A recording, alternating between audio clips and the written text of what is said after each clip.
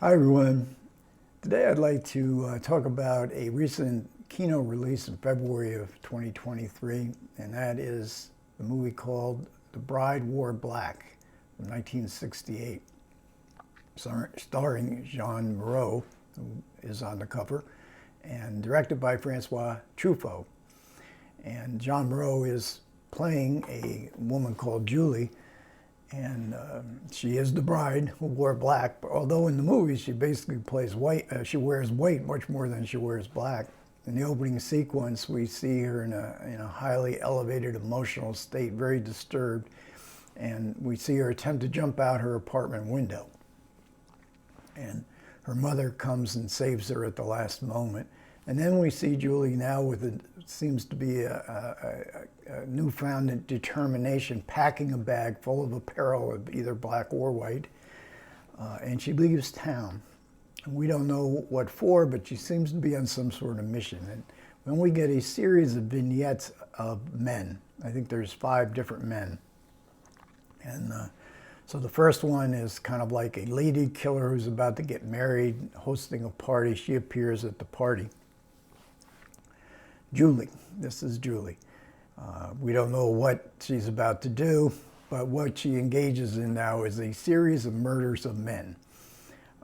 She has pursued them, and she sort of insinuates herself into their lives, some more briefly than others, some a little bit more deeply than others. But there's no motive, and we can, as an audience, we feel no sense of how these men might be connected. And Truffaut only uses a few brief scenes of police investigation because they have no idea what this connection of these murders that Julie is committing. So it is basically, you have to accept this film, I think, and it's meant to be, as a fairy tale. This is not a realistic story, which is heightened by a rather indeterminate location. We never really know. It looks to be, some of it looks to be at least southern France, Riviera, and it's got plot holes in it, and there's no getting away from it. This isn't a realistic movie where we can connect all the dots as far as motivation or at least as plot realism. It's a story about love. It's a love story, but there's no love in it. The love is gone. It's a love from the past. It's kind of a view of the destructive power in the loss of love, which is also very much a theme in another recent kino Truffaut release, The Story of Adele H. And you can see a lot of Truffaut's movies as being explorations of love. It's one of the persistent themes. Childhood is another persistent theme. In fact, the kino also released a series of 4 movies by Truffaut in one set, and Small Change and even The Wild Child is very much part of his theme of childhood, as well as, of course, The 400 Blows. But love, I think, is the theme that is most persistent in all his films, and mystery, the mystery of love. and here we have a mystery, like, who are these men? We don't see them long enough, but to really judge them fully, but we get at least a good sense of who they are in these short, vivid vignette-type passages. They appear to be like little boys grown up. So here's the childishness from Truffaut's other theme of childhood, but in grown-up boys. But what could they have done? This is a movie about secrets. And the secrets that Julie is hiding, and the secret that Truffaut is hiding from his audience, and to trying to figure out. We are in a sense the police. The police procedural is done by the audience, because we're trying to figure out, are there clues along the way that will that we can pick up on as far as her motivation. I mean, she is sort of wearing a mask, so she is like impassive. She is workmanlike, and this is by design. This is the way Truffaut directed her in this film. She resisted it, but it was definitely, this was Truffaut's vision at the time. And Truffaut is as a director, and he's often stated that his two fathers as far as cinema goes was Jean Renoir and Alfred Hitchcock. So with Renoir focused on characters and developing characters, and certainly, even though Julie is not developed, she is a firm, and she does not change in her demeanor, in her workmanlike demeanor. But the men all do have characters, and that's what makes it so interesting. And with Hitchcock, there's the situation. Hitchcock wasn't that interested in characters, far more interested in the situations that the characters found themselves in.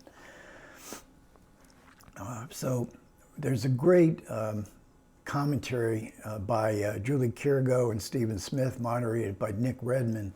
And this is ported over from the Twilight Time release of maybe 2015, a Twilight Time release that's going out of print. So this really great. This is what commentary should be like. And Stephen Smith has written a book on Bernard Herrmann, who wrote the score here, and he tells us about how Herrmann and Truffaut differed on what they thought the movie should be, the music in the movie should be. Now, that was not uncommon with Bernard Herrmann. He had burned most of his bridges in Hollywood. I think he was living in London at the time. Hitchcock had famously fired him from, I think it was Torn Curtain, didn't want his score, but he was a difficult man to get along with. But the score is beautiful. I mean, what's left, I think Truffaut toned down some of the melodramatic moments in Herrmann's score, maybe cut out a couple cues that Herrmann was very upset about. But what's left is nevertheless a very beautiful score. And they had worked together previously on Fahrenheit 451. So we get a lot about the musical score, but also both Kirigo and Smith are arguing that this really isn't,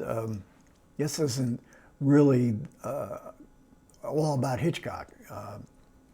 But the reviewers at the time did think it was about Hitchcock. In fact, if you read Roger Ebert's review from 1968, and he gave the film 3.5 stars, this whole review is about homage to Hitchcock, The Bride Wore Black being a homage to Hitchcock.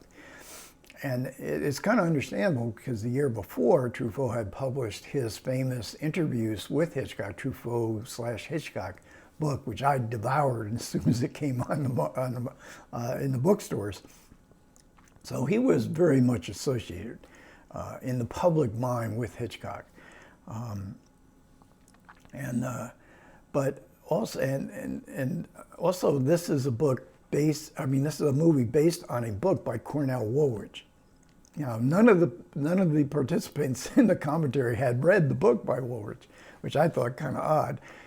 But I did my due diligence. I did read the book a few days ago. It's a great read, as Cornell Woolrich always was. So many of his books were adopted into movies. In fact, even for Hitchcock, Rear Window is an adaptation of a Cornell Woolrich story.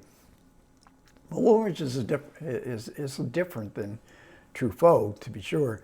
Even though, and Truffaut would adopt another Woolrich story in Mississippi Mermaid with Jean-Paul Belmondo and Catherine Deneuve, a movie that I talked about last year at the time that Jean-Paul Belmondo passed away. But Woolrich is very much a storyteller of despair. He had a very unhappy life, and the despair he felt in his own life, he put very much into what was known as Pulp Fiction. And Woolrich had started out a very interesting life to read about, very sad life. But he had started out with ambitions to being the next F. Scott Fitzgerald. By 1940, when he wrote The Bride Wore Black, he had resigned himself to that he would write suspense thrillers and crime movies, and became very successful. Not only his novels sold well, but they were so many of his novel stories picked up by the movies. But and his book, The Bride Wore Black, even though the basic aspect of the film is very much in the book goes in a different direction, especially towards the end. In Woolrich's story, life is going to play tricks on you. There's no way out of it. You're resigned to your fate. It had a different ending, a twist. I don't think Truffaut was that much interested in the twist of Pulp Fiction, but he was interested in the intensity of the romantic despair, romantic obsessions that Woolrich often wrote about. But the other big difference between the movie and the book is the book alternates between a police procedural and what Julie's activities are. So we have an investigator, and we have first they have no idea, what kind of connection there could possibly be. But that lends itself to the fact that Truffaut wanted to tell a fairy tale, and if we had a emphasis on the police procedural, that would make it more realistic, and the activities of Julie the fairy tale aspects would seem a little bit to clash with the realism of a police procedural, of a detective on the trail.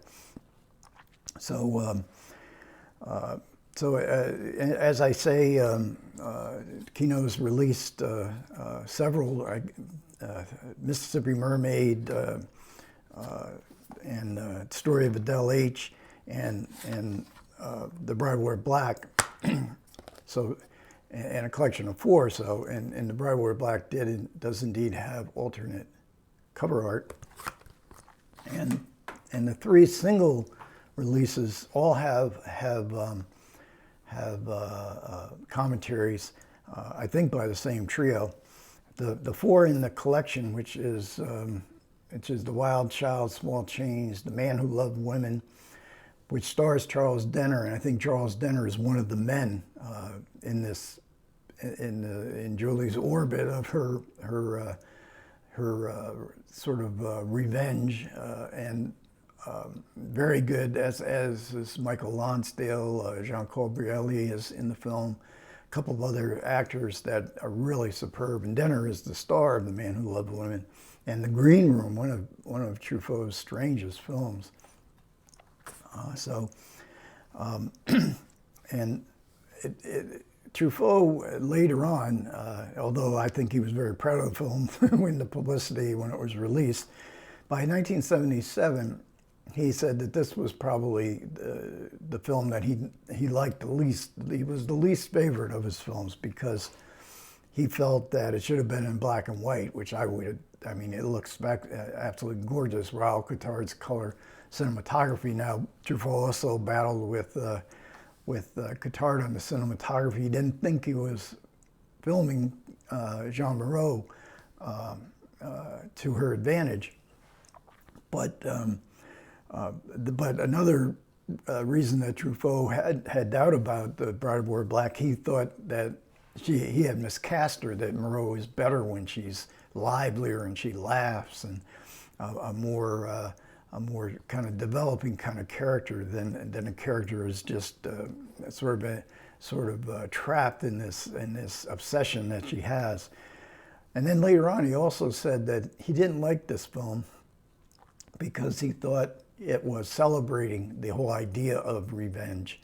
And in the meantime, and he didn't want to do that. And in the meantime, there had been all these, revenge fantasies, vigilante, where people, Charles Bronson or whoever, would take the law into their own hands, which was something that Truffaut didn't want this film to celebrate, or at least to seem. It doesn't celebrate it, but it does seem to give sort of an approval to what Julie is doing in The Bride Wore Black. But Now, and the film was successful. I was living in Rochester, New York at the time, and this, I think, played for a number of weeks at the local art house. Truffaut was a commercially successful filmmaker for the most part. Certainly, the 400 Blows and Jules and Jim were favorites, even by 1968. Of course, 400 Blows is probably the film Truffaut is most known for today.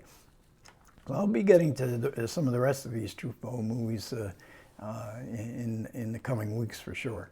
Okay, thanks a lot for everybody who managed to listen. I do appreciate it. Comments are welcome. Take care.